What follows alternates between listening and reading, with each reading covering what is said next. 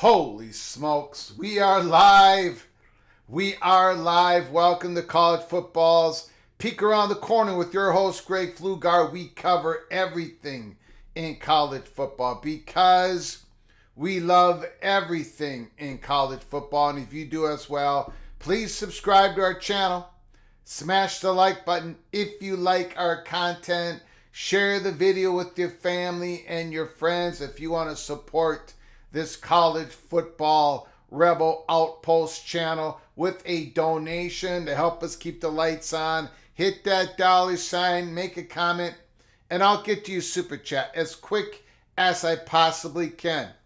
Welcome everybody, one and all, on this Friday evening, July 5th. Welcome into the studio that sits on the corner, the very corner of Keith Jackson Parkway and Kurt Gowdy Avenue. Do not be afraid. Do not be afraid to be a legend. With your comments in the chat room, with your phone calls later in the show.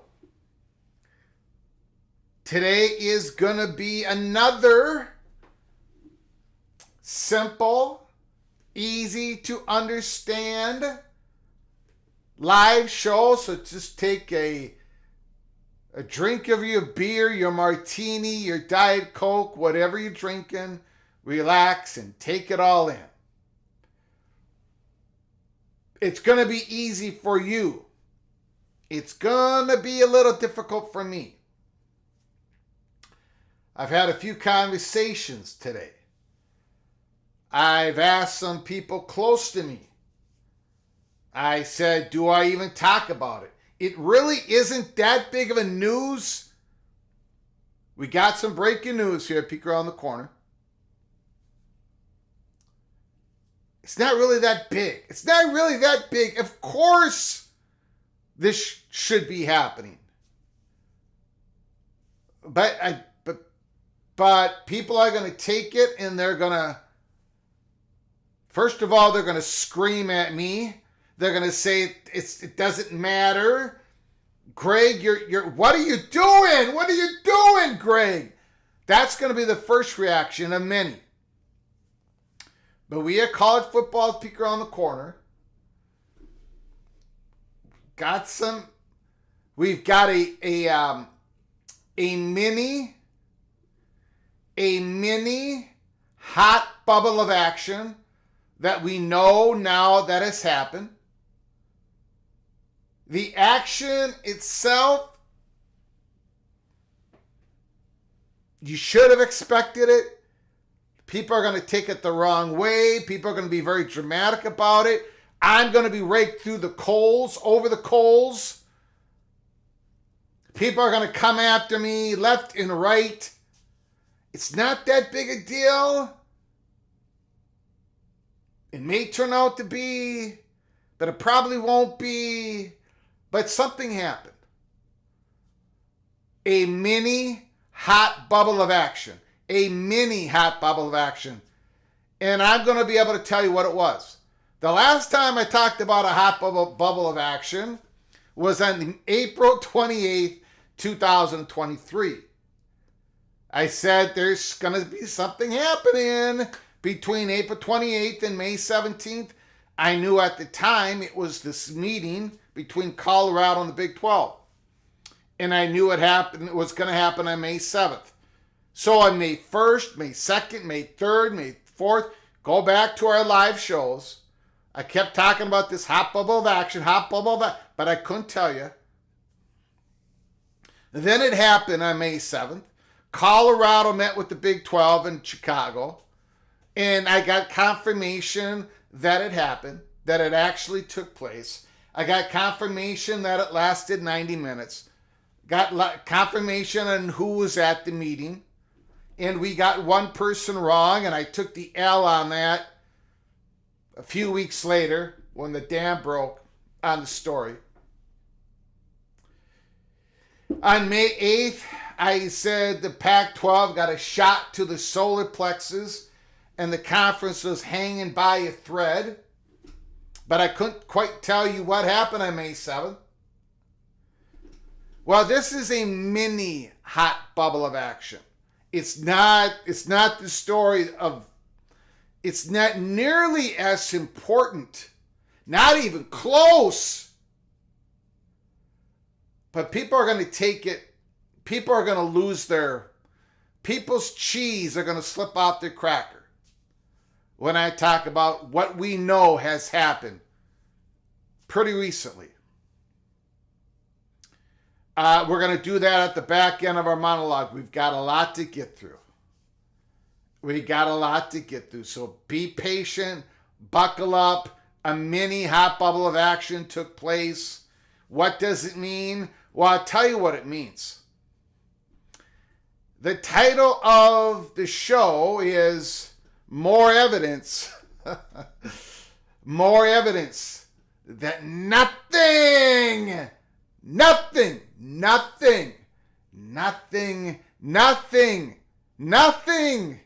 has been decided in regards to the next realignment wave after the ACC implosion. Nothing. It might happen exactly how Minnesota Seminoles is saying. Expedition Greg, Kenneth Bowman, Kurt Searcy, R. Webb, whatever your predictions are, whatever your speculations are, whatever your logical conclusions are, you got one or all of you might have nailed it. But it definitely hasn't been decided. It's impossible. And now we got more evidence that nothing has been decided. And you can take our information however you want to take it. But I would warn you, when it comes to a hot bubble of action, our record will speak for itself. Now, we're going to start off this monologue. It's only a two-part monologue. That's the second part. This mini hot bubble of action.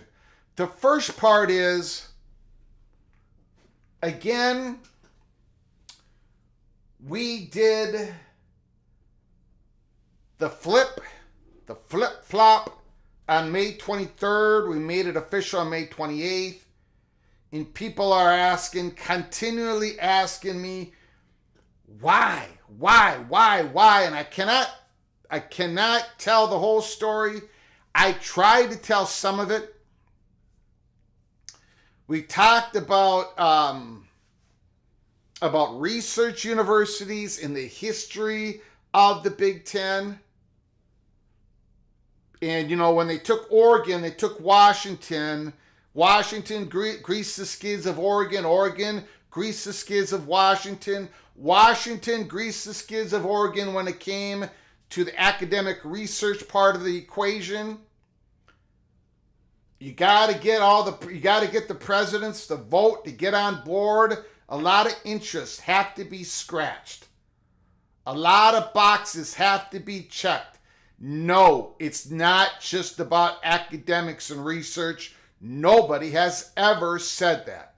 Of course it isn't. We're the ones who said California, Berkeley has not been in any discussions. We know that it's not just academic and research when it comes to the Big Ten. But there are certain boxes that have to be checked. And you've got to get the interest, everybody satisfied. And sometimes, and many times, it takes two.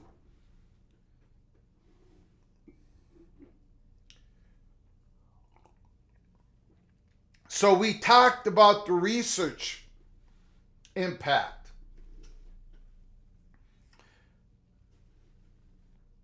Of the schools, the possible candidates that would go to the Big Ten. We're focusing on the Big Ten. Because at Peek Around the Corner, we took down the odds of Clemson and Florida State, that combination being the chalk to go to the Big Ten after the ACC imploded. We took it down from a lot of information that we received. I've gotten a major blowback on it. In fact, I've gotten another major blowback on it today in my direct messages.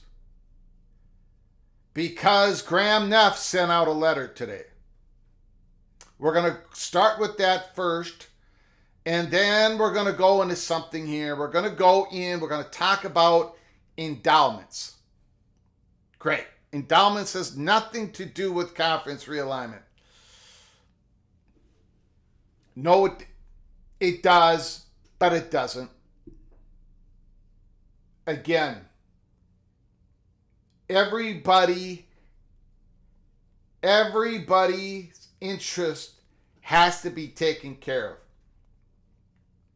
Fox Sports and the Big Ten presidents, sponsorships, endowments are a window into the wealth of the university, into the potentiality of the university, what they can do in the future of the university.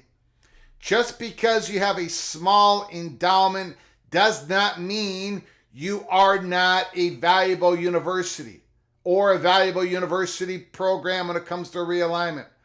But it is one of the items that these presidents look at, without a doubt.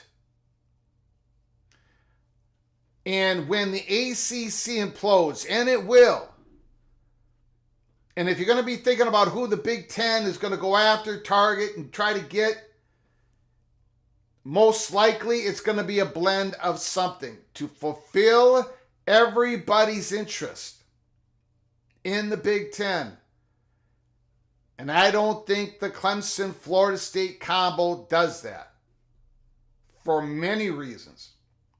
We're going to go through another one today. It does not mean that Clemson is not worthy. It doesn't mean that Florida State is not worthy.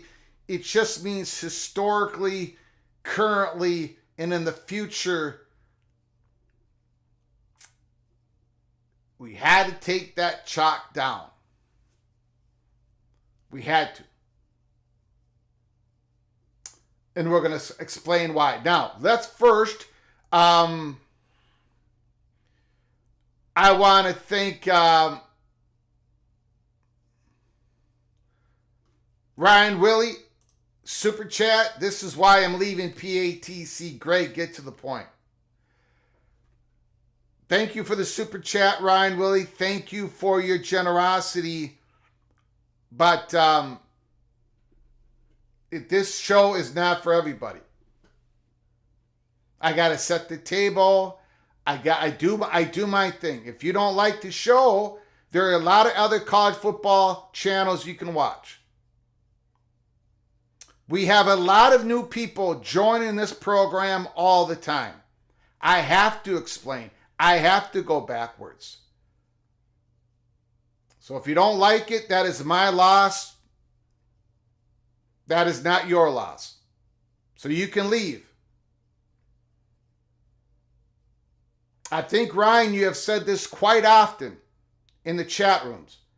If this show is not for you, the door is wide open. The information I have is worth waiting for. You want to try to get this information from somebody else? You want to try to find a show that has our track record? Good luck. Okay. Matt Higgins, Joe Z, James Foster, Rock and Rant, Matt Neeson, Kyle Visser, PA No Fan, Joaquin Morales, N.E., Steve the Bearcat, Ryan Brooks, Kerry Gold Nose, Skaven Yes is in the house, Thomas Rowe, Les Austin, Ted Evans, Nathan Jones, Don in Kansas, The Architect is in the house, Preston from Greensboro, Charles M., John Menser, Brandon Strickland, Jared Jones, Dodds and Dubs, Immaculate is in the house, Coy is here, Charles M. Did that. Clay Johansson is here, Sean is in the house, Minnesota Seminoles, Ryan Brooks, front runner Kenneth Bowman is in the house, Salt of the Earth, R. Webb Gator Hater is here, Connecticut Fan is here, Devil Frog, Sam 8911SX is in the house, RFR Mac is here, Rockability Queen of Music, holy smokes. What was that again? Rockability Queen of Music is in the house. Charles M. Opie is here. Go Black 45, Tracy FSU. Richard Jones, thanks for coming on in. Appreciate it. Stephen Vick, Taylor Mott, Clinton Moses is in the house. Oh Boy is here. Lex Fix This is here. Don in Kansas. Big Ears Bo is in the house. Look, this show's not for everybody. And I can't make it for everybody. This is a national show. I cover everything. And I work so hard. I work so hard behind the camera. What am I going to do? Spend 2 minutes and just spill it out? Of course. You got to put...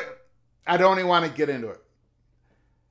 Unbelievable. Expedition Greg, thank you so much for your gifted membership. Holy smokes. I didn't even see who got the membership. My bad. Holy smokes.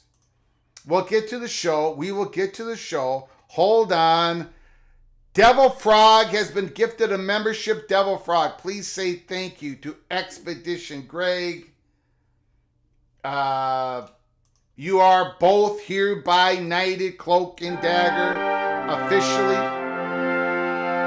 So go to their membership-only episodes. We just dropped one this morning. For all the members in the chat room, we dropped a Cloak and Dagger early peak episode. So go check it out. Episode 42. Coy, Thank you so much for your membership. I do appreciate it. And Gator Hater was gifted a membership. Holy smokes. Thank you for your generosity once again, Coy. I do appreciate it. Coy and Gator Hater, you are hereby both knighted, cloak and dagger once again. Appreciate it, guys. Okay, now, let's first get to, we're going to spend 2 seconds on this because I got to get to the point, right? I got to get to the point. Graham Neff's letter to the Clemson family. Clemson family, I hope your summer's going well. What a time to be a Clemson Tiger. And he talks about all the achievements, and there's a lot of them. A home attendance grew by more than 20% year over year across all sports. Holy smokes. A list of achievements. And an off the field and the historic year for academic progress rate, graduation success rate, grade point average. In short, in an incredible year. This coming year promises to be even bigger. Again, this is Graham Neff putting out a letter to the Clemson family. The athletic director of Clemson during the 2024-25 season will celebrate the 50th year of varsity women's athletics at Clemson, an important milestone. Started with 4 sports in 1975, has now grown to 12 with 150,000 fans through the gates in 23 and 24. We are investing. We're proud of it. And at the end here, it says, I better not skip the next paragraph. And as we celebrate our progress, I know there are many headlines about the changing landscape in college athletics. I want you to know that we are working around the clock to do what's best for Clemson. I want you to know that we are working around the clock to do what's best for Clemson and to do everything that we can to lean further into what makes Clemson different. We have the success we do today as an athletic department because we've never been afraid to think differently. Innovation is a core tenet, and it is at the forefront of our steadfast commitment to competitive excellence and to build upon our brand nationally. Some Clemson fans have shown this to me. Our brand nationally. What does that mean? The Big Ten is more national, of course, than the powerful Southeastern Conference. Is that what it's alluding to? I don't know. But I know Clemson fans looked at that and said, whoa. Graham Neff, I have never been more confident in our position. And, it's all because of our people, our donors. We have elite facilities, elite care for our students, elite academic resources, and elite on-the-field performance. So Graham Neff is pumping up the Clemson family in a very good written letter. A lot of progress has been made at Clemson. A lot of progress has been made at Florida State, not just this year, but the last 10 years, and I have given evidence of that. I've shown you the incredible percentage increase of both universities with their research. Now, I want to get to something here. Holy smokes. We got a huge gifted membership by Anthony Carlson. My goodness. Anthony, Mr. Spartan, thank you so much for your incredible generosity. Hold on here. Hold on. I got to figure out what just happened. Anthony Carlson, Chad Bracey, Braska Raska, Becky Go Huskies, Bigger Bo, Stephen Vitt, Go Black 45, Crab Cakes and Football, Mr. Terrapin, Minnesota Seminoles, Les Austin and Buckshot Kid, you are all here by United Cloak and Dagger once again. Congratulations, and please say thank you to Mr. Anthony Carlson. Anthony Carlson, you have done this over and over and over again, showing incredible generosity, helping us keep the lights on here at Peek Around the Corner. I want to thank you, Mr. Spartan. Thank you so very much for your incredible generosity. Unbelievable. Terry Kane, Mr. Hurricane, welcome to the Early Peak Cloak and Dagger. You are hereby knighted Cloak and Dagger. Thank you, Terry Kane. I do appreciate it. Terry Kane and all the people that Anthony Carlson made an incredible gift with his incredible kindness. You are all can watch now the latest episode that just dropped this morning. Post and Courier. You might want to take a look at it. Give it a look, and we'll talk about it maybe during this weekend. We'll definitely talk about it during this weekend. We're not going to talk about it on this live show. We've already got a stacked show. So we are going to get to it. Thank you, Go Black 45. Holy smokes. Thank you so much for your gifted membership. You are hereby knighted Cloak and Dagger. I do appreciate it. And Jeffrey Bell, you were gifted a membership by Go Black 45. Please say thank you to Go Black 45 when you get an opportunity. And you, Jeffrey Bell, are knighted Cloak and Dagger. Go watch our early peak episodes for members only. We just dropped number 42 today. I believe we have one more to get to. Devil Frog, I don't think I've got to you yet. I do apologize, Devil. Thank you for your membership. I do appreciate it. You are knighted Cloak and Dagger. And Clint was given the gifted membership. Clint, you are hereby knighted Cloak and Dagger. Thank you so much. Let me just go through that once again. I know I'm going as fast as I can. I'm going to get to the material at hand. Go Black 45, Anthony Carlson, Devil Frog, Terry Kane, Coy, Expedition, Greg, and Ryan Willie. Thank you so much for your generosity. I do appreciate it. I don't want to whip by the incredible because it's you guys why we get to do the show every day. If it wasn't for you, we couldn't do this. So I got to say thank you. I got to take time. Sean, holy smokes, gifted 10 memberships. Sean has done it again.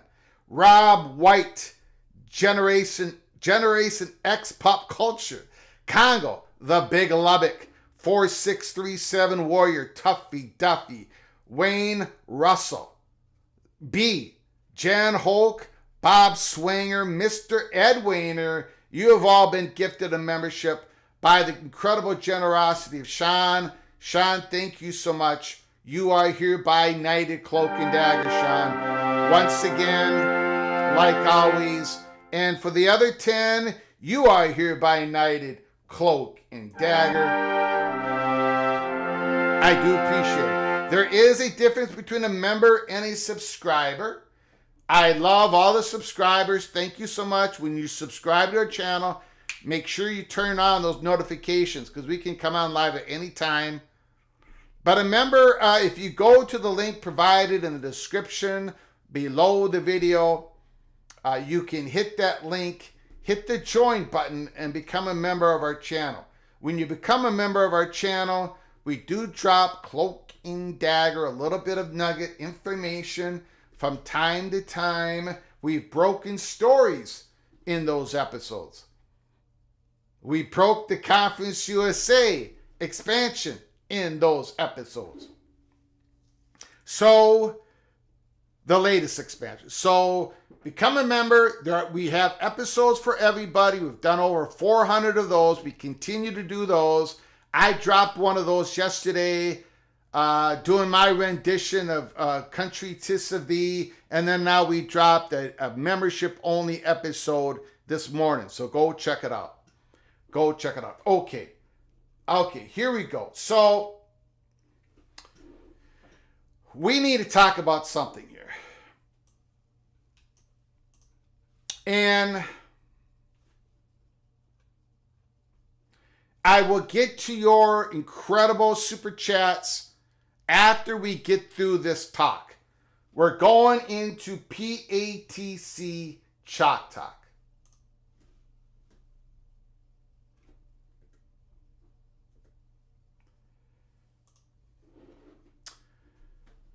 Endowments. PATC Chalk Talk. Now, we're going to go through the rankings of the schools and how much endowment they have. And no, it's not a direct valuation of your university when it comes to college athletics, when it comes to conference affiliation, when it comes to possible conference realignment. It's not a direct tie-in. But if you look at the history, of what these conferences have done, what they've gone after, what they've targeted, what they have blended into their conference, it does matter. It does. Historically, it will show you this. Schools want to play with their peers. Michigan Wolverines want to play with their peers. Alabama wants to play with their peers. Okay. So keep that in mind.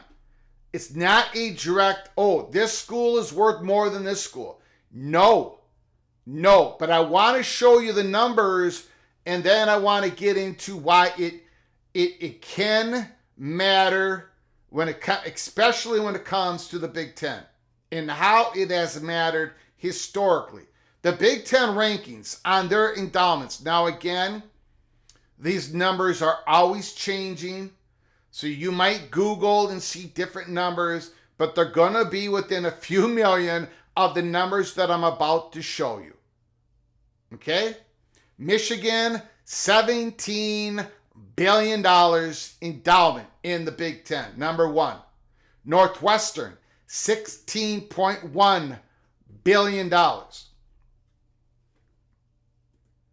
Number three, USC, $8.12 billion. UCLA, $7 billion, 7.4. Ohio State, 6.8. Minnesota, 5.4. Washington, $4.88 billion. Coming from the Pac-12 Conference. Michigan State, $4.4 billion. Wisconsin, $4 billion. Illinois, $3.2 billion. Penn State, $3.4 billion. Indiana, $3.32 billion. Those three are all basically connected. Number 13, Iowa, $3.14 billion. All basically the same. Purdue, $2.59 billion. Rutgers, $1.98 billion. Nebraska, $1.7 billion. Oregon, $1.32 billion. Maryland, $1.1 billion. Now, if you notice, Rutgers, Maryland, Oregon, Nebraska, with Washington, they're the last programs to be admitted into the Big Ten Conference, besides USC and UCLA, which is sitting up here at 3 and 4. Oregon came in with Washington. $4.88 billion. Oregon, 1.32. We've talked about it. We talked about it before it even happened. Washington was going to grease the skids for Oregon when it came to some of the boxes, and Oregon was going to grease the skids for Washington when it came to other boxes that want to be checked. Fox, they helped each other out. They are a rivalry. They're both, so, and Rutgers in Maryland, Rutgers needed Maryland to come in. Maryland their endowment has been growing. They were financially broke. They're coming back up pretty quickly. Maryland's research dollars is right with Minnesota. So when it comes to a research university, Maryland is not even, they're above the middle line in the Big Ten. So anyways, Nebraska at $1.7 billion. They're at the bottom with Oregon when it comes to research money. They're at the bottom when it comes to endowment. They have a great big fan base. They're very valuable to the Big Ten. But I'm just showing you, this is the endowment of the Big Ten. And the Big Ten is going to be looking at, if they're going to be looking at expansion, everybody's back has to get scratched. It isn't just going to be about academics and research and how wealthy your university is, but it is going to play a part in how these presidents look at the candidates. It's just reality. It's been the history, and it's going to happen again. It doesn't mean there are other metrics that are way more important than this, but this is another example. I went through the research dollars, the impact, the global rankings, and now I'm going through the endowments. That shows the wealth of the university in some aspects. Now look at the Big Ten rankings before I take them off the board. Everybody's above $2 billion except for Rutgers. They're right there. Nebraska, Oregon, and Maryland. Okay? The SEC. Texas, $42.9 billion. Well, they have a huge athletic department. They got a huge fan base. They got a huge brand. They got huge everything. Everything big in Texas, and their endowment is earth-shattering. Earth-shattering. Everybody wanted Texas. And this is some of the evidence of why. Texas A&M, they're sitting on a whole boat of cash. There's money floating around Texas A&M like a crazy. $18 billion. Vanderbilt, $10 billion. Oklahoma, $2.7 billion. Arkansas, $2.6 billion. Florida, $2.29 billion. Kentucky, $2.1 billion. Georgia, $1.8 billion. Missouri, $1.74 billion. Tennessee, $1.34 billion. Auburn is sitting at $1 billion. South Carolina, $989 million. Endowment. Ole Miss, $975. Alabama, $820. Mississippi State, $698. LSU, $696. And those are your 16 SEC schools. Now you look at Alabama, $820 million. Of course, Alabama is an incredible, valuable university in the SEC in athletic conference. This endowment numbers is not a direct tie to how valuable your school would be in conference affiliation and conference realignment. But I'm going to stress to you that there is a certain history, recent history especially. Alabama was part of the SEC for decades and decades and decades and decades. But if you looked at who the SEC has brought in, AAU Missouri 1.74, Oklahoma 2.7, Texas A&M 18 billion, Texas 42.9 billion. They're also bringing in the large research universities. They're also bringing in universities that have wealth. And of course, they have great athletic departments. This is why Stanford is, Stanford, California's not in the Big Ten, right? Rice is not in the Big Ten. So it takes more than this, but it does take some of this unless, you have a partner. Unless you have an academic, big time, big university sugar daddy to go with you. We'll talk about that in a moment.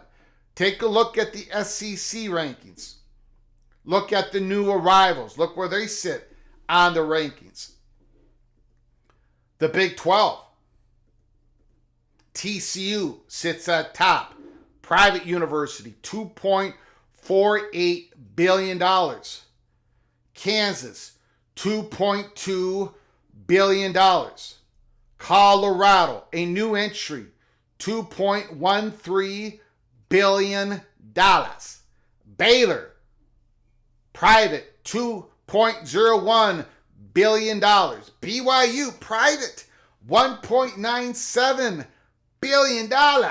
Cincinnati, $1.7 billion. Texas Tech, $1.7 billion. Oklahoma State, $1.56. Iowa State, $1.44. Houston, $1.32. And then we're going to get a drop off here. Arizona State, $1.3. Arizona, $1.2. Utah, $1.07. West Virginia, $611 million. Kansas State, $524 million.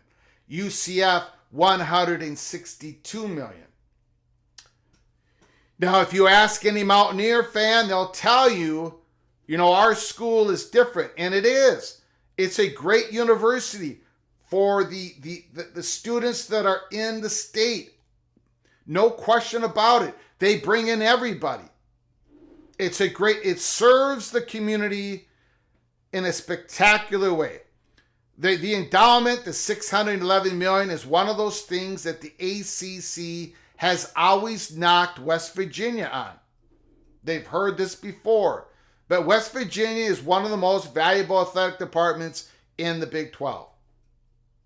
So again, it's not a direct tie, but it's something that the presidents do look at. Now, we're going to the ACC. Stanford, $37.8 billion. A huge endowment in a very populated area. But they couldn't get to the Big Ten. They don't have viewership. Right? We all know the reasons why. So again, this is not a direct tie to your value when it comes to conference affiliation, conference realignment. But we're going to get to the point here. Virginia, $14.5 billion. Duke, $12.7 billion. Or more than $16 billion, depending on how you want to add it up. It doesn't matter. Duke has a private investment endowment firm in which all the beneficiaries or most of the benefits goes to Duke. So if you want to say that Duke has a $16 billion plus endowment, go for it. That's probably the right way to look at it. It don't matter. Duke is a very wealthy school and a research machine school. Duke, as an institution, brings incredible wealth, incredible value. Basketball program, now the football program, not a whole lot of viewership. So a lot of people aren't talking about Duke. But I'm just telling you, as a university. California, $6.8 billion. But they did not get into the Big Ten. Pittsburgh, $5.68 billion. North Carolina, $5.16 billion. Boston College, $3.8 billion. Georgia Tech, $2.17 billion. SMU, $2.11 billion. Syracuse, $1.8 billion. NC State, $1.42 billion. Miami, $1.4 billion. Wake Forest, $1.35 billion. Virginia Tech, $1.34 billion. Clemson, $1 billion. Florida State, $897 million. And Louisville, $715 million.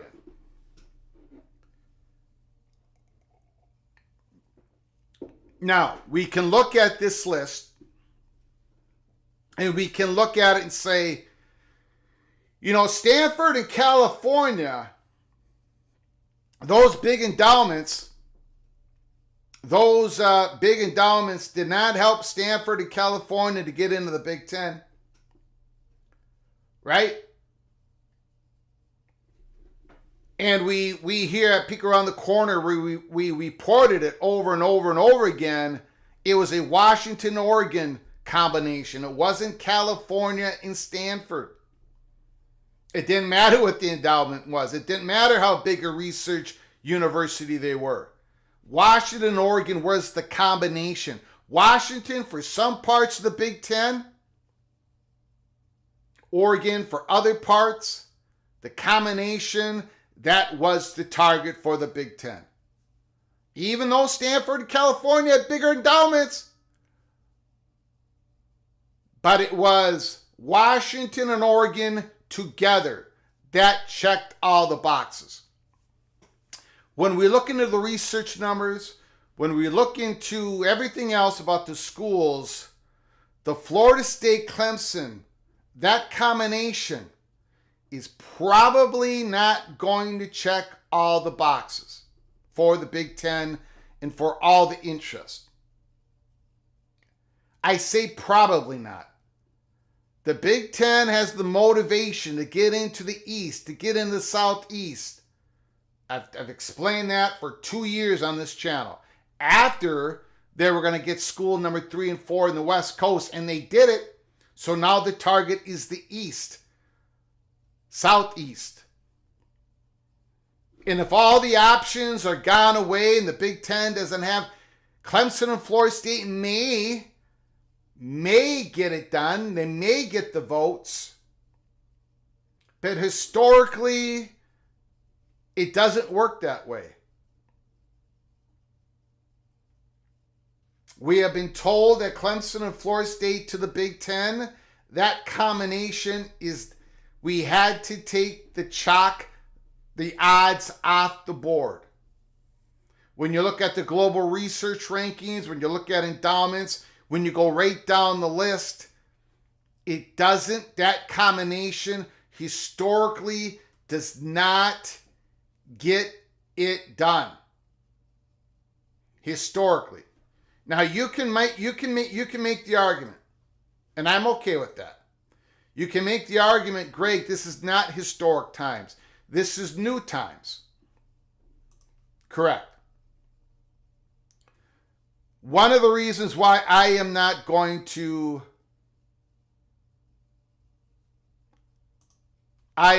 sit here and absolutely say it's not going to happen. We don't know what's going to happen. I'm willing to say it. I'm saying it every day. Historically, it is different now. There is this revenue money going from the schools, from the schools to the players. It's a different world. So maybe that historical combination of Florida State and Clemson, two incredible football brands, maybe they will get all the votes.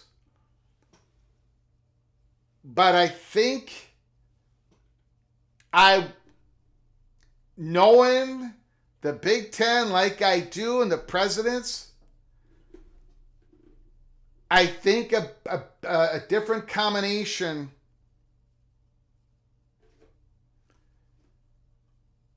is probably what they're going to look at.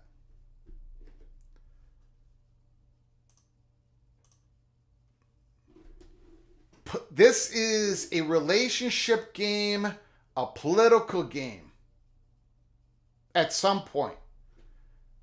You also have to take in this.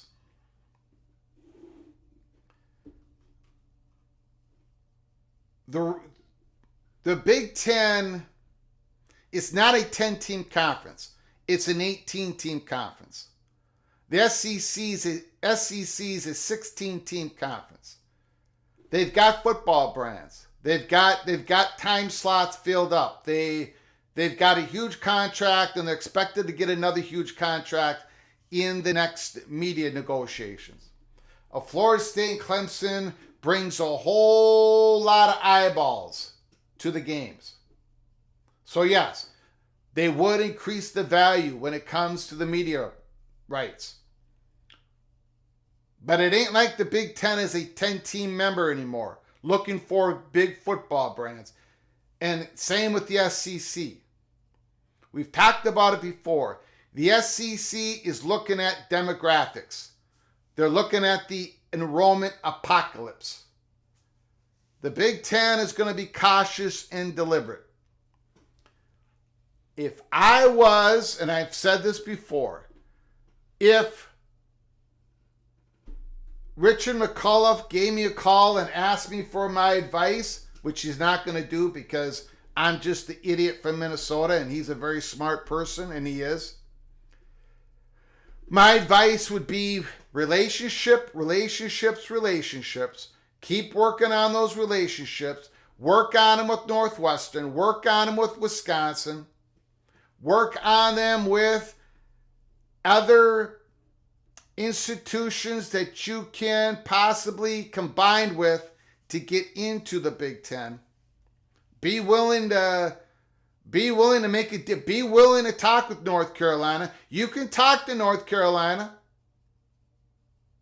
They probably already have, because North Carolina is going to check all the boxes, and Notre Dame is going to check all the boxes.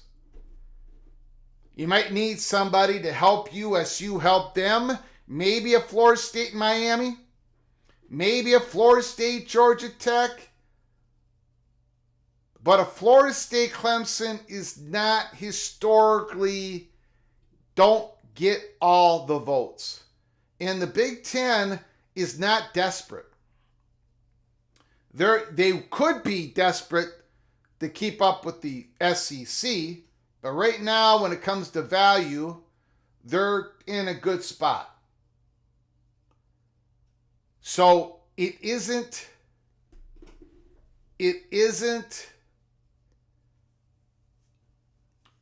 this is not a, Florida State is a great value brand. They're going to be there. They're going to be talking with the SEC and the Big Ten. They're going to bring a huge fan base. But it is who's going to come with you? Who can you get to vote for you?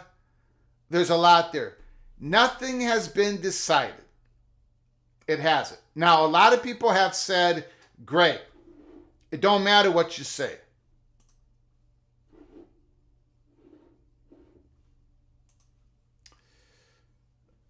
Immaculate.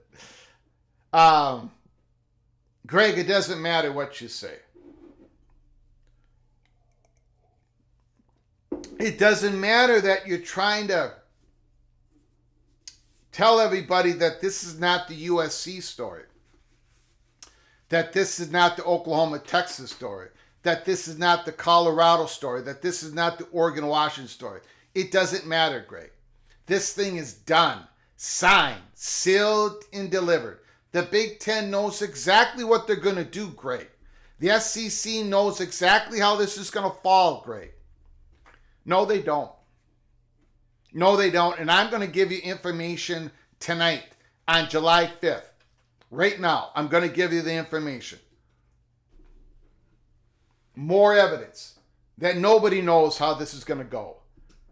No, the SEC doesn't know how entangled North Carolina is with North Carolina State.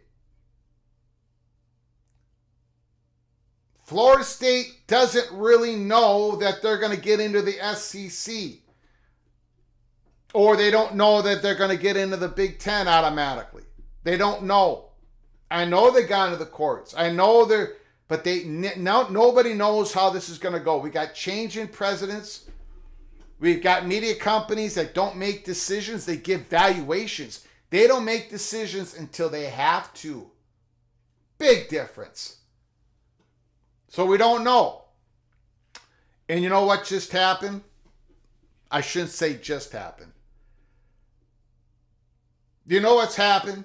The hot bubble of action, the mini hot bubble of action.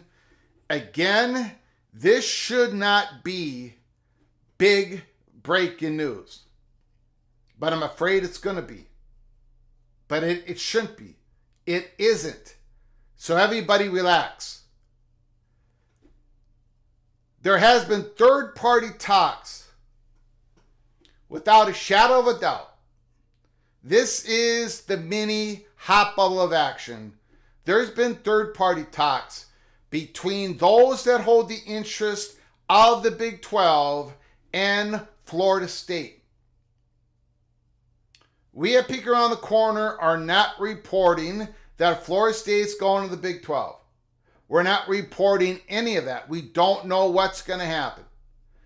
Our report is that Florida State don't know what's going to happen.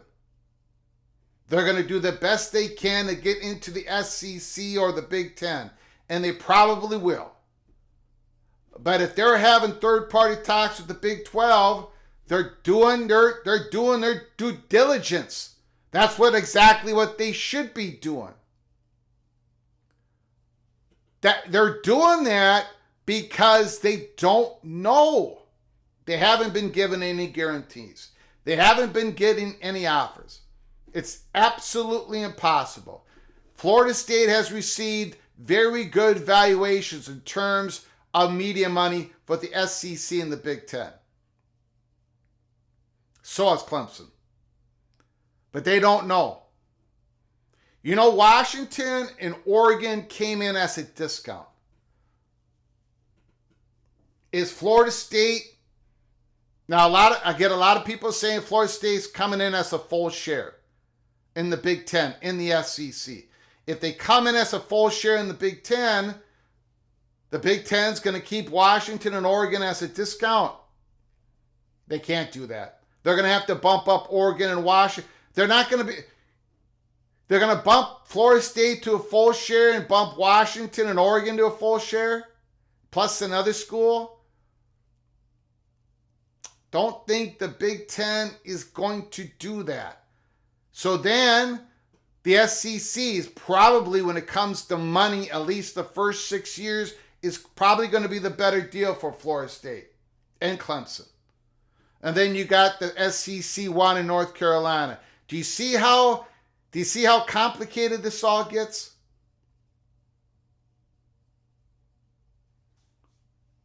Nobody knows. I've given as much. Again, I pushed the envelope again tonight. Nobody knows. The reporters, the national reporters, the chatter, they have been told a lot of things. What they've been basically told is, we don't know. The Big Ten is going to be cautious, deliberate. They're going to hold back. They're going to see what becomes available. The SEC, they got strong interest in North Carolina. They're going to wait for everything else. But they're going to wait for North Carolina. The Florida State and Clemson are two massive football brands. And if you put them up on TV, they're going to make you money. So they're probably going to get somewhere. But saying they're going to automatically go to the Big Ten or the SEC, that's not what is being said. There's got to be some paranoia. There's going to be paranoia. The SEC is not going to want Big Ten to grab Florida State and Clemson. So that Florida State and Clemson's got some stuff working for them. Two conferences, but nothing is settled. I will say this. The chances of Florida State and Clemson together as a combo going to the Big Ten is pretty small. It gone from chalk here at Peek Around the Corner to pretty small. And I'll leave it at that for tonight. There are other stuff that we're not going to be able to. We keep pushing the envelope every single time we talk about this, but we've been given a lot of information here at Peek Around the Corner. I know a lot of people don't believe it. That's fine. But I'm telling you, there is a consensus out there. There has been information. The conferences, the SEC and the Big Ten would rather have this season go by and figure out what they need to figure out. There's been third-party talks between the SEC and Florida State. I know some people don't think that has happened. That has happened. So the bridge isn't completely burned. There's been third-party talks between Florida State and the Big Ten in the state of Ohio. And now we know there's been third-party talks between those who hold the interests of the Big 12 and Florida State. You see where I'm going with this? Everybody is getting as much information as possible. People are trying to work on their relationships. They're trying to get politically connected. They're trying to find the right combination to get an invite. There's a lot of work ahead. There is more evidence, more and more evidence that nothing has been decided. That's the name of our show tonight.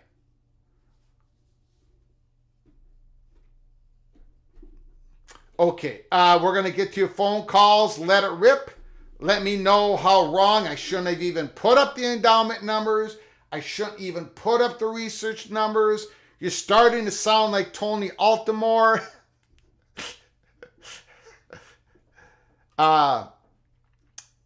There's a difference. Well, there's a big difference between me and Tony Altimore. First of all, our track records. Second of all is the Pac-12 schools, like what we said over and over and over again, wanted to stay together.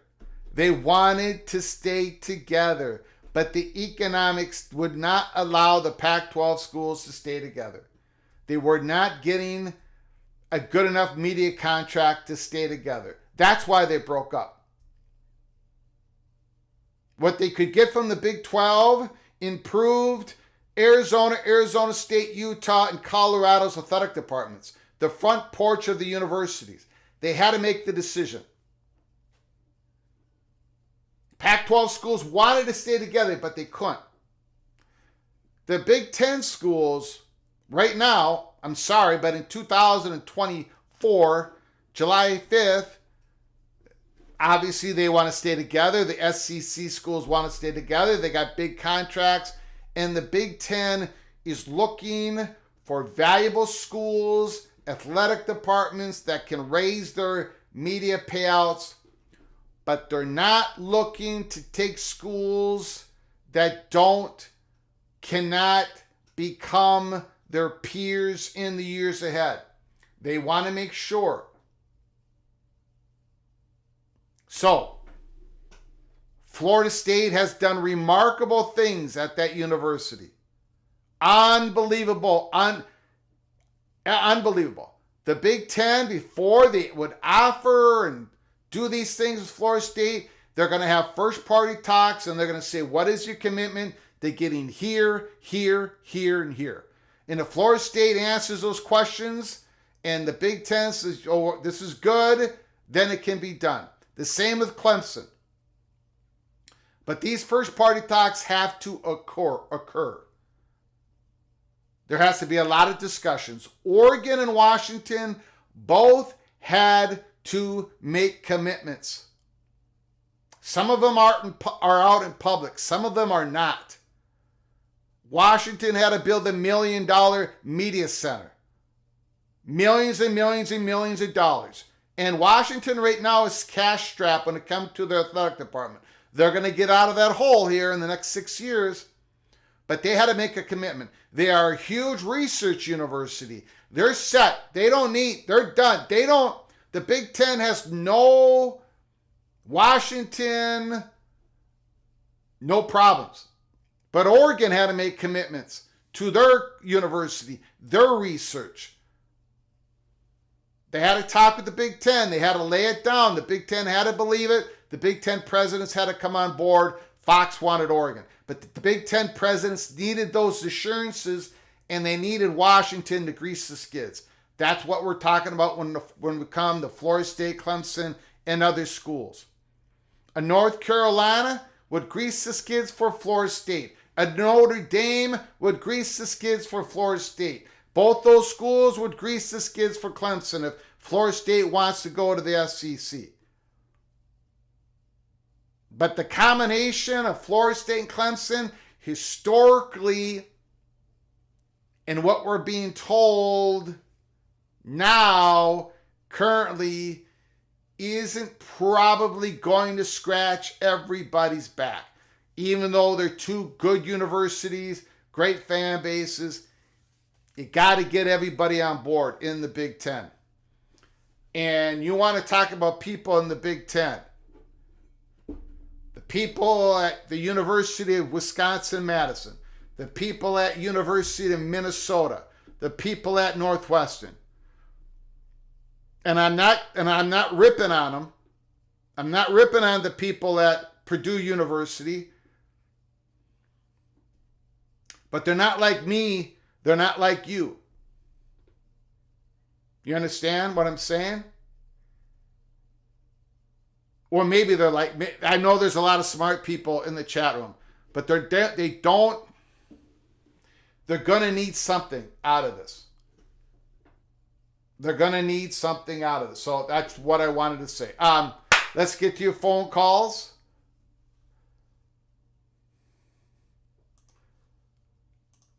Let it rip. Let me know that I shouldn't be shooting out these warnings. 763-260-1333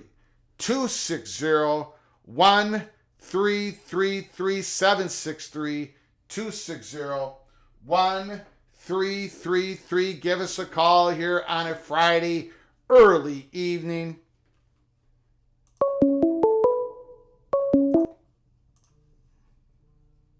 Call from Immaculate. Mr. Hawkeye is on the line. He's waiting. He's waiting for the Iowa Hawkeyes defense to show up to crush everybody early in the season, to send a message to beat those evil Cyclones. Immaculate, the floor is yours. 11-1. Well, maybe 10-2. They always lose one. But anyways, interesting stuff, Greg. When I saw you started to bring out the numbers on endowments, I was like, what show am I watching? But, good stuff. I appreciate it, even though some other people may not. It's interesting to look at. It gives an idea to people. People think, well, you can't use these endowments for that. That's not really the point. Some of it is general endowment, and you can reach into it, but then you're pulling money out and you're losing the interest that you gain on it. So it's not a good thing to do, but they can. But it's kind of looked at as a general showing of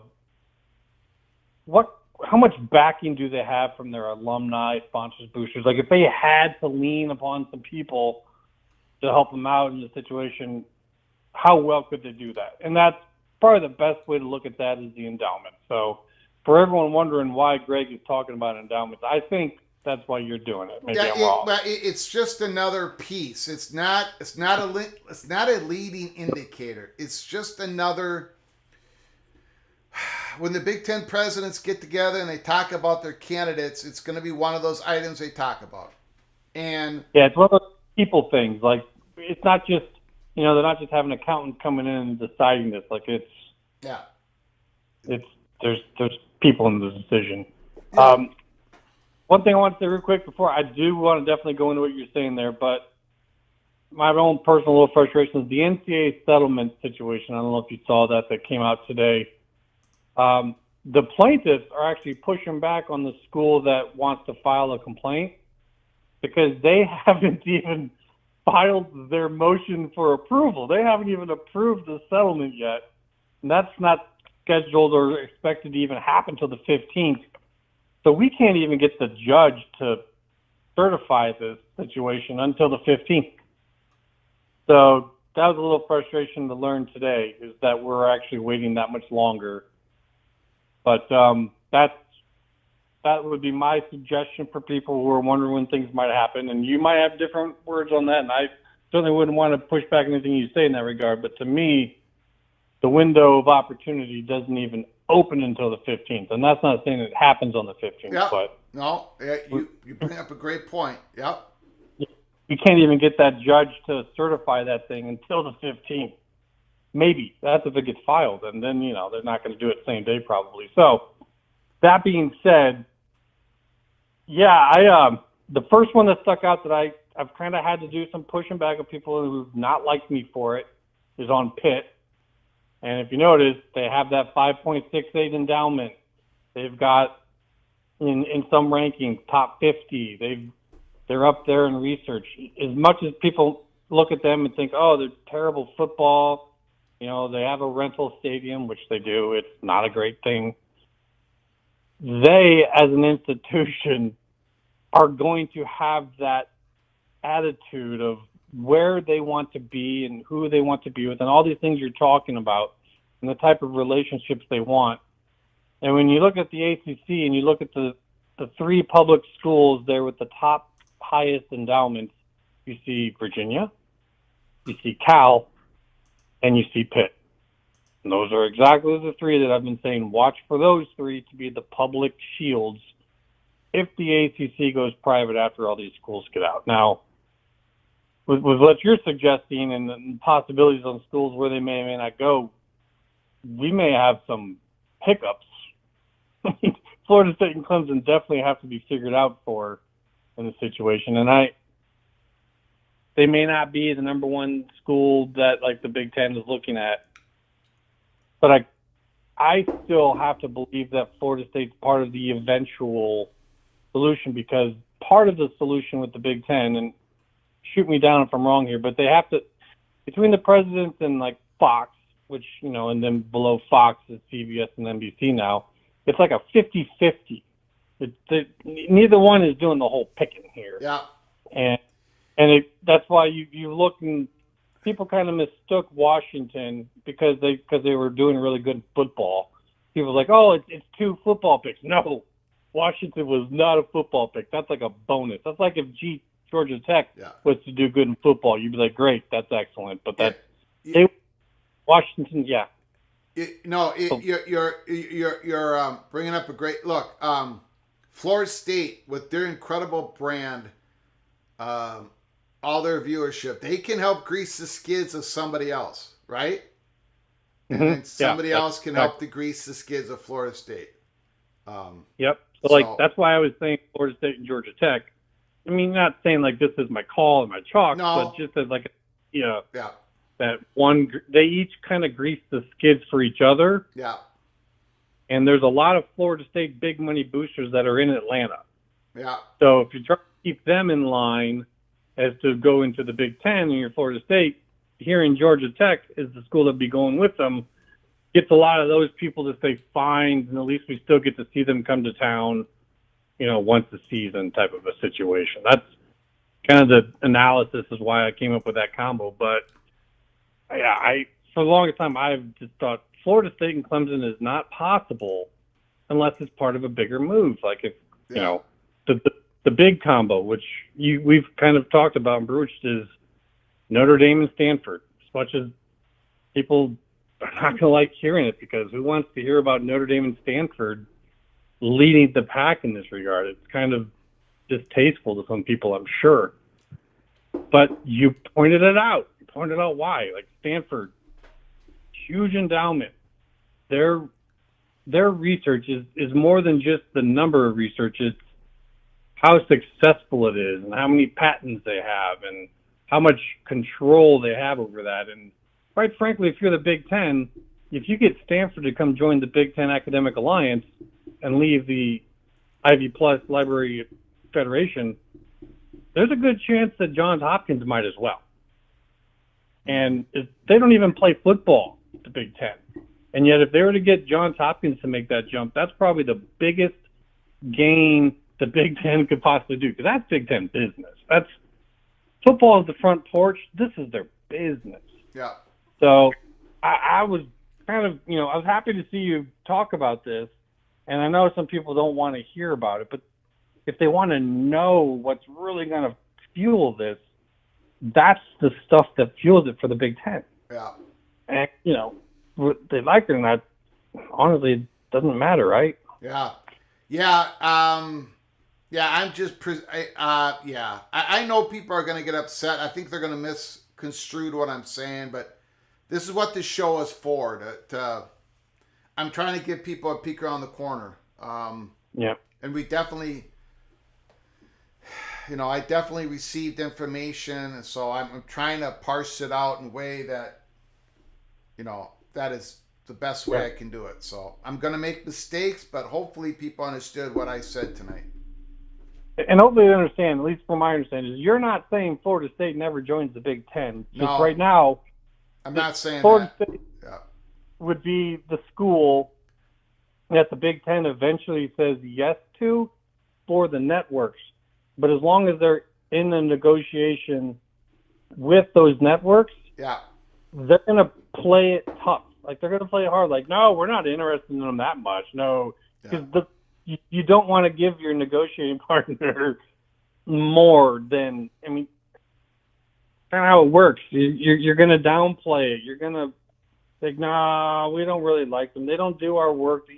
You want the networks to give you as much as possible for it. That's why when we talk about Notre Dame, we say they're a +2 or a +3 because there's some leeway there. Like when it comes to the negotiation, are they strong enough to have 2 schools come with them? Are they strong enough for 3? Like with Florida State, I say their value to the networks is +1, +2. They might bring enough value to the networks to bring 2. And that's what the conference, if they're smart, is going to work towards. They're going to push to try and get as much as they can with an FSU so they don't have to take a Clemson. You take a Florida State and a Georgia Tech and a Duke and a Stanford and Notre Dame. Who knows how big they're going to go, but that's just to give people an idea like how that works. Right now, at this point in time, I would expect the Big Ten to downplay Florida State because they would take Florida State largely as a network pick. Anyways, I don't want to take too much time, but I know some people in the chat are kind of getting antsy about it. And just I help them understand, like, this is not a bad thing. You just kind of got to understand the point that we're at right now. Yeah. But that's all I got today, man. Appreciate it, Mr. Hot Guy. Report. Talk to you later. Yeah, great call.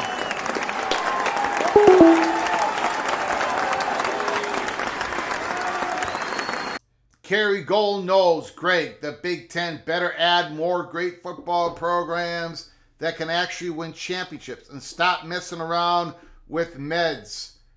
Or do you always want to play second fiddle to the SEC? I think some people agree with you, Kerry. They want the Big Ten to be able to compete with the SEC, football to football. I think people in the Big Ten agree with you, but the Big Ten is not going to. They're not looking for the best football factory. It's got to be an institution that can make the commitments of being a Big Ten institution. In Florida State, while they've done great improvements, they still are a little bit shy of probably being able to come in as both a great valued program and a Big Ten institution. So they might need a little help. That is the wink and the nod that I'm giving you. Don't think a Florida State-Clemson combination gets it done. But you are correct, Kerry. I do appreciate the super chat. Thank you so much. Ricky, gifts a membership. I did not see who you gifted it to, but Ricky. And whoever received Ricky's gift, please say thank you to Ricky. And both of you are hereby officially knighted. Whoops. Yikes. Holy smokes. What am I doing? You are hereby knighted cloak and dagger. Thank you, Mr. Tungate. I do appreciate your generosity once again to our channel. Even though I screwed up the music, the sound bar, I do appreciate your generosity. 425, Greg, how come the Big Ten doesn't like UNC of Virginia? The Big Ten loves North Carolina and would take that combination. It's not about the Big Ten not liking. It's the Big Ten, can they get it? So 425, the Big Ten is gonna, when the ACC implodes and when it implodes, and when Florida State and Clemson finds a way out, and they will find a way out, North Carolina is going to call the Big Ten and the SEC, and the Big Ten is going to be very, very interested in what North Carolina has to say. I do think North Carolina leans the SEC. The Board of Governors at the state of North Carolina leans SEC. The SEC is probably willing to take a North Carolina State more than the Big Ten if needed. We don't know if that's needed. There's a lot of things we don't know. Does the Big Ten like North Carolina, Virginia? Oh, yeah. Virginia and Florida State to the Big Ten? Now that is scratching everybody's back. Florida State and Virginia. Call from Crab Cakes and Football. Crab Cakes and Football. Can you hold on for a moment, please? Yeah, go ahead. I do appreciate it. Thank you, 425, for your generosity. Basa in Chai, could Geffen know about package deal with North Carolina or Notre Dame? How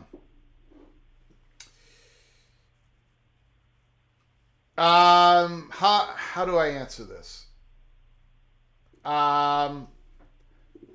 First of all, thank you for the super chat, Basa and Chai. I would, when it comes to the Big Ten, North Carolina and Notre Dame are the tent poles. They're going to be looking at both those universities and going, so what do you think? Florida State and Clemson just got out. What do you think? What do you want to do?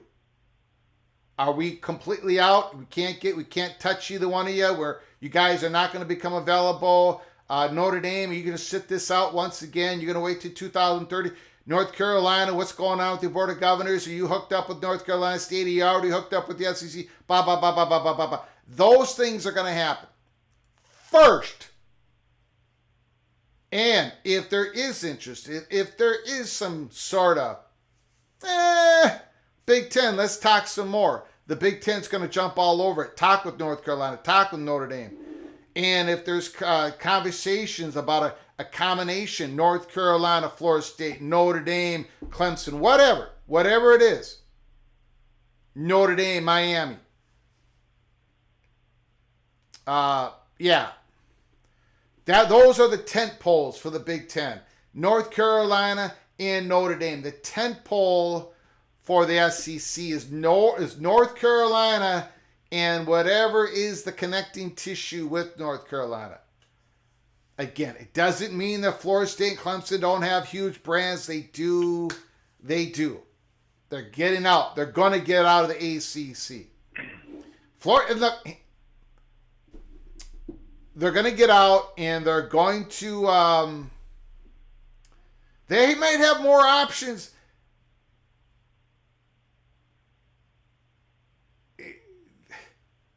There might be options out there we're not even thinking of. That's my point. Florida State and Clemson are going to be sought after. Everybody's going to want to talk to them. But thank you for your super chat. I appreciate it. Crab Cakes and Football. The floor is yours, my friend. How you doing today, Greg? I'm doing good. How are you doing, sir? Oh, just traveling the roads, trying to dodge rain. Yeah, there you go. And actually, I wanted to thank you for putting out the endowments because I didn't realize how bad Maryland was in endowments until. Well, they used to be worse. They used to be worse. A lot worse. They've actually grown a lot. Their research has grown tremendously in the Big Ten. They're the opposite in Nebraska. Nebraska has flatlined tremendously. Maryland has grown tremendously. So, again, but go ahead, sir. I'm just going to stick with the greasing of the skids thing. So if Florida State needs greasing of the skids, there's only 3 teams that I can think of that can really grease the skids for Florida State. And you've named 2 of them, North Carolina, Notre Dame, and the other one would probably be Virginia. I mean, because of I don't know if Miami does it. Maybe Georgia Tech. I don't even know if Georgia Tech really does it. So I think Miami might get there with it. But yeah, it's a good question to ask. Because I mean, and that's assuming that they go Big Ten, who they're going to bring, or either they bring with them, or whoever greases skids for them, however way you want to look at it. Because athletically, FSU's all that in a box of chocolates. They got a great baseball program. They got a great football program. They got all these other great programs. Yeah. But institutionally, behind the scenes, like you said, out of 100 boxes, they might only have about 75 of them checked, And then you got some other team, school that's, okay, they're good at certain things, but they're not really that good athletically. But institutionally, they click off 98 of the boxes or something like that, and they just bring. So it's that cat and mouse game that goes on, and it's really fascinating. But, so I'm not going to make any call today on that one because it's impossible, and I'm not even going to make a fool of myself. But connecting even more dots from yesterday and today, this has been interesting. So that's all I had to say, man. I just wanted to shout at you for a little bit. And thanks to whoever it was that gave that membership, too. I forget his name. You got it. I appreciate it. Not a problem. Have a good day. Yeah, have a great day. There's been a lot of I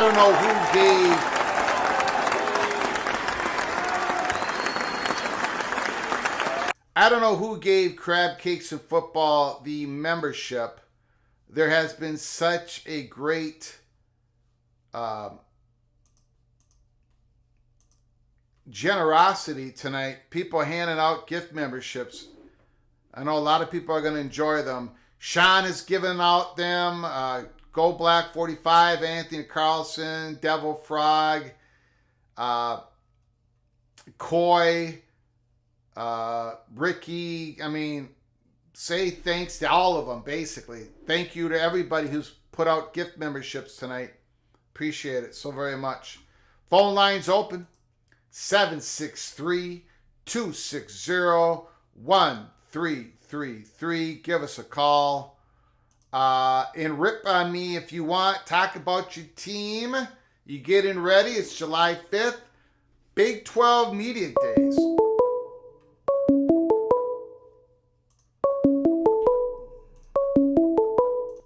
Call from Expedition Greg. Expedition Greg is called. Hold on, Expedition Greg. I got it up on the screen here. Just a reminder. The Big 12 Media Days. July 9th and 10th in Las Vegas. July 15th and 18th, Dallas is SEC. The ACC, July 22, 25 in Charlotte. Is something going to happen before those media days? Something right after those media days? And the Big Ten is July 23rd and 25 in Indianapolis. Expedition Greg, the floor is yours. Let it rip, my friend. How you doing? I'm doing good, sir. How are you doing? I'm doing wonderful. Good. I want to touch upon about Josh Pate's story. Yes. And if history has shown, when the realignment news hits, I think we could be looking at the last week of July. Okay. I think that's a possibility. Okay. Um, Go ahead. okay, just like 3 years ago with Texas and Oklahoma, and then 2 years ago with UCLA and USC, and then last year, of course, we all know Colorado going to the Big 12 July 27th, and a week later, the Pac-12 officially died. Yep. So correct. I think. August 3rd, August 4th. So I think. Yep. I think they would want to get this news out before the new season starts. Okay, now do you think so this Josh Pate story though, what do you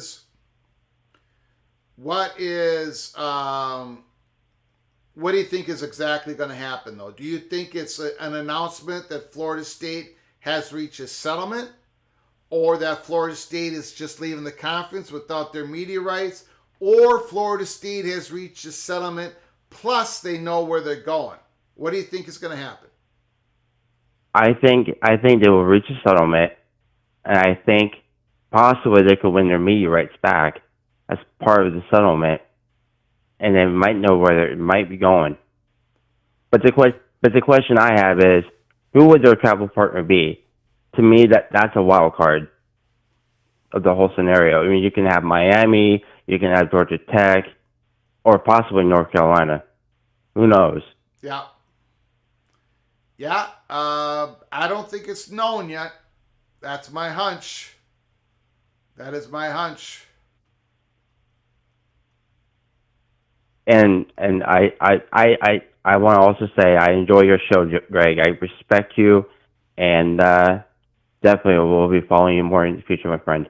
Got it. Thank you. I appreciate it. I appreciate your generosity as well. Thank you, sir. Expedition Anytime, Greg. my friend. You have a good night. Yeah, you too. Beautiful. Absolutely beautiful. Thank you, Expedition Greg. Thank you.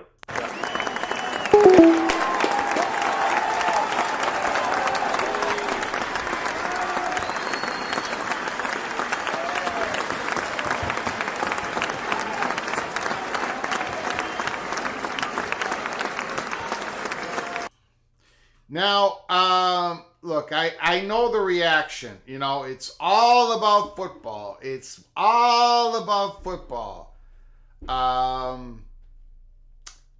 It is, except for when it isn't. The Big Ten presidents vote on this stuff. They get a whole bunch of information before them. And if it's only about football, I think there better be something else involved in that. When it was Maryland and Rutgers, it wasn't just about football. When it was USC and UCLA, it wasn't just about football. UCLA's football program has been dormant. But that was about making sure ESPN couldn't get any part of Los Angeles. And UCLA was an incredible university. And UCLA brings other sports in softball and baseball, and they round out the Big Ten, and it was about the students, the research. It wasn't about football. UCLA wasn't about football. UCLA probably needed USC. USC didn't need UCLA, but combination.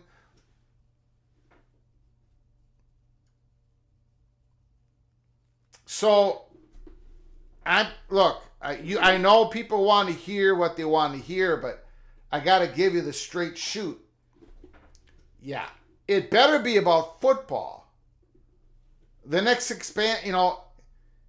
you're trying to compete with the SEC, but it can't be just. It probably can't just be all about that, unless if it's a Notre Dame, Florida State, sure. But it's more, I'm just giving you guys But I get it. A lot of people believe it's going to be Florida State and Clemson to the Big Ten. I've even said it. But I had to switch it on May 23rd, May 28th. And I'm giving you some of the reasons why. Little by little. And I'm pushing the envelope. Keep chopping, says Rutgers was more of a complete package. It's not just it. Football is an unbelievable, incredible, important component, and Florida State has that overflowing. So does Clemson. I'm talking about the combination. I think it's going to be very difficult for that to get through. I'm just saying.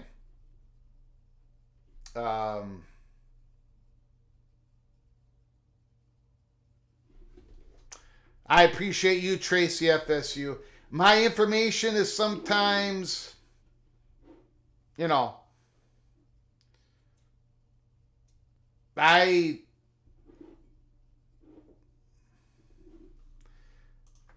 Nebraska never fulfilled promises to the Big Ten, and that is part of this.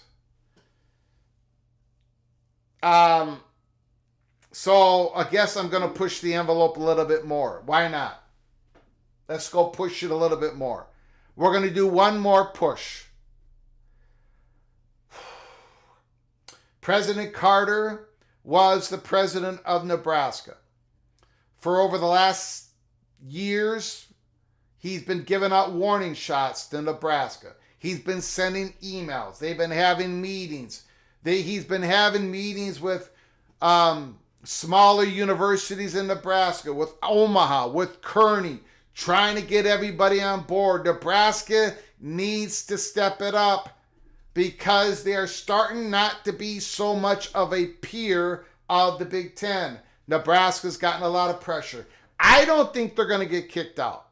I've said that over and over again, but people in Nebraska fear that they might get kicked out. Why? Because the Buckeyes, Michigan, Penn State, and these other schools want to play with their peers. They'll compete with the SEC, but in the conference, they want to have universities with commonality. That's how you make the conference bigger, more wealthier overall. And Nebraska is losing ground. And they're becoming less of a peer. That's why Nebraska is doing all they can. They're having meetings on it right now. They're going to try to do something different. They're going to try to combine all their campuses. This is what Nebraska feels that they have to do. President Carter was the president of Nebraska. He went to Ohio State. President Carter, Ohio State, we've told you this before. Ohio State acquiesced. We're going to push the envelope a little bit more. Ohio State, remember I told you, Ohio State acquiesced to the wishes of a Michigan, of a Wisconsin, of a Purdue, of an Illinois, of a Nebraska. President Carter, Nebraska, at the time, Ohio State was against the addition of Oregon and Washington, but they acquiesced. Now the Buckeyes are calling the shots this time around. I told you that over a year ago. And now Carter's the president of Ohio State, and whatever the Big Ten does in this next expansion there has to be a component of, I'm sorry to say this, but there has to be a component of you are a research, academic, Big Ten university.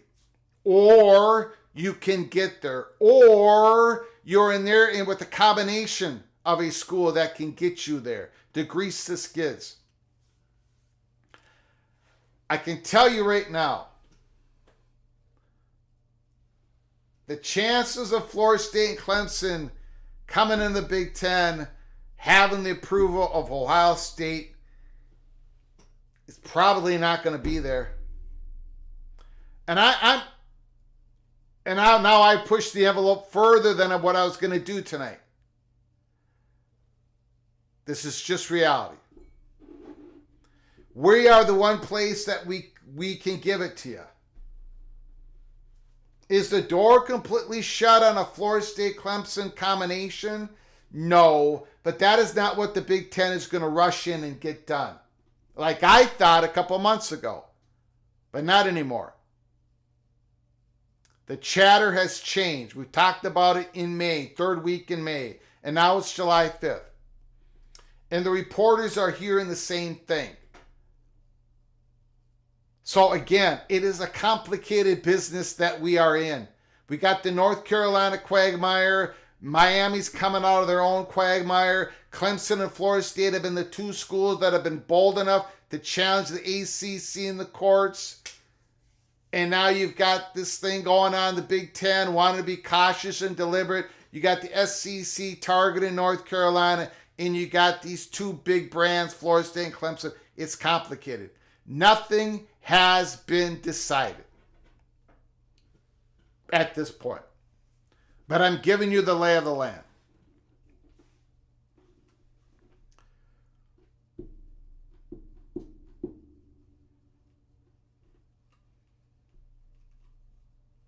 One other thing I wanted to show you.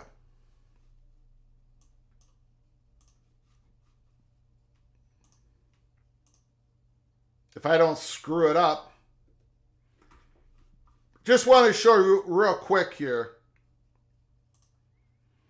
Others in the FBS,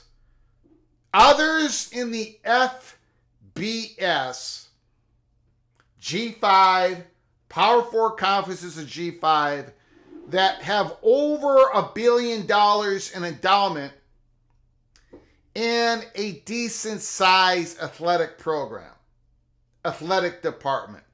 When I say decent size, I think you know what I mean here.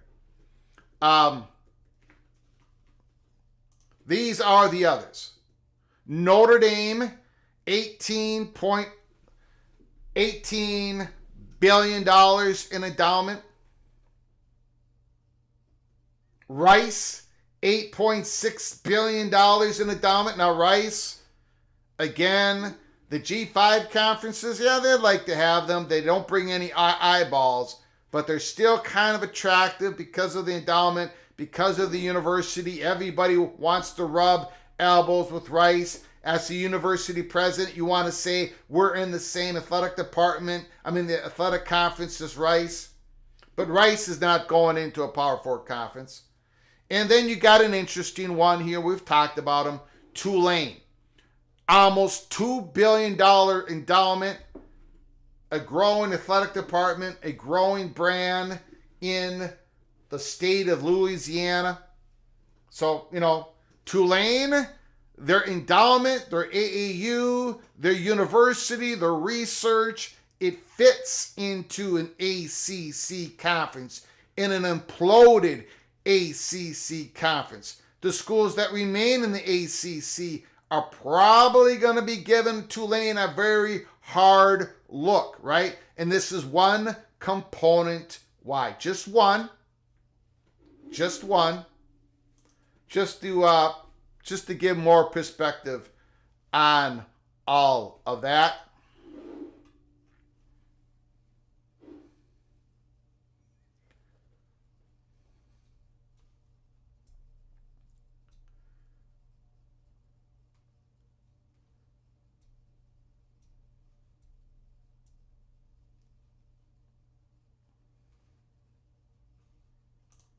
Bo Weevil, you may be wrong about Nebraska.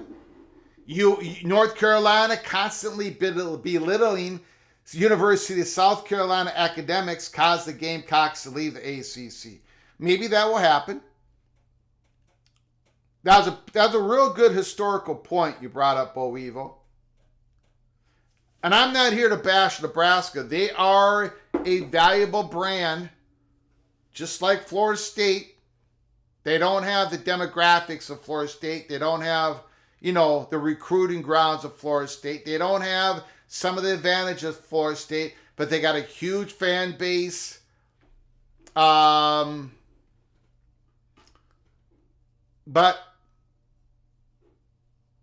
it's but there is some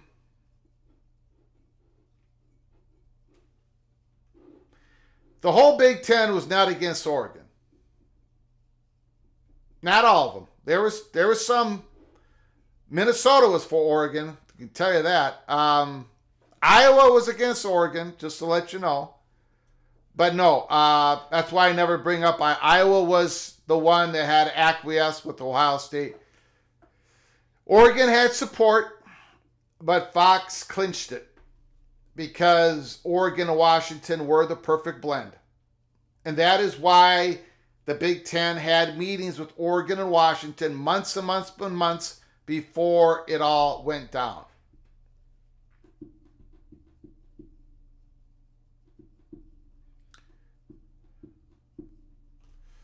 Tulane and Memphis are in the Holy Smokes Theater, looking at the West, looking at the Pac-2 and friends, looking at Oregon State, Washington State, but they're sitting in the seats. They're definitely not up on the stage.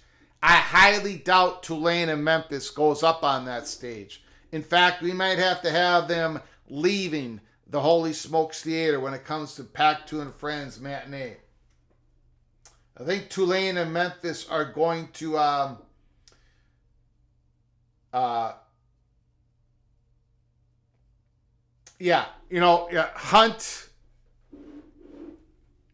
Hunt brings up a great it's a great comment. You want to talk about grease and skids? You want to talk about a blend? You want to talk about a pair? Look at Tulane and Memphis and think about them as a pair going to the ACC. That's what I'm talking about. That's exactly what I'm talking about.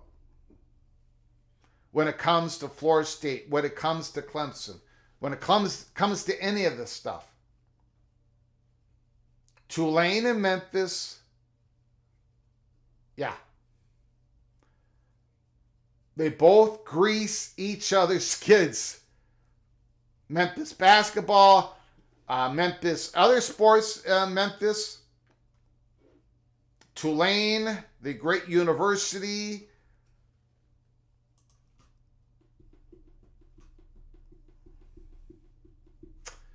Tulane and Rice are a better pair than Tulane and Memphis? I don't think so. But we can disagree, Charles. Rice doesn't do much for Tulane. Memphis does stuff for Tulane. Tulane does stuff for Memphis. Coming in as a pair. But we got plenty of time to think about that when the ACC implodes. Academics don't fit the ACC. That's why they would need help with the Tulane. Louisville didn't fit the ACC either. USF, Rice pairing. USF Tulane, USF Memphis. All three of those schools. I don't think Rice is going to get a call for the ACC when it implodes.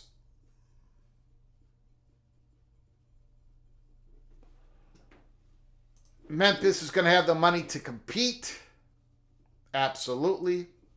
Okay, we're going to shut it down for tonight. It's a Friday night. If you're new to the channel, please hit the subscribe button and open up your notifications and smash the like button if you've liked our content tonight. But please subscribe and have your notifications open. We could come on live again tonight. Again, if there's breaking news, we cover everything in college football. We're going to be doing some live shows this weekend, so keep your head on a swivel. I want to thank all the wonderful generous donations we have received tonight. Holy smokes. Holy smokes. Ryan Willie, Expedition Greg, Coy, Terry King, Devil Frog, Anthony Carlson, Gold Black, Sean, Kerry Gold Nose, Ricky, 425, Boston and Chai. Thank you guys for the wonderful donations. Everybody in the chat room with your wonderful comments, challenging questions, thought-provoking comments, and of course the wonderful phone calls. We're going to close it up a little bit early, hour and 50 minutes in. I think we're definitely going to have a busy week next week. We have the Big 12 meeting days. Brett Yormark likes to talk, and we're going to we're going to go after every word that he says and try to figure out what the Big 12 is going to do next. The Big 12 media days, the Big 12 media has already done the Big 12 polls predictions. It kind of looks like PATC, a little bit different, but it kind of looks like our predictions here at PATC. We're going to be talking a lot of Big 12 next week. So buckle up, brace for impact as we continue to follow the ACC drama and everything else. And soon we'll come out with our 2024 order of finish prediction for the Southeastern Conference. Georgia 1, Texas 2, but 3 through 8 is a mystery. But we're going to figure it out here at Peek Around the Corner. Until next time, from all of us at PATC to all of you, please, you all take great care of each other. Thank you so very much.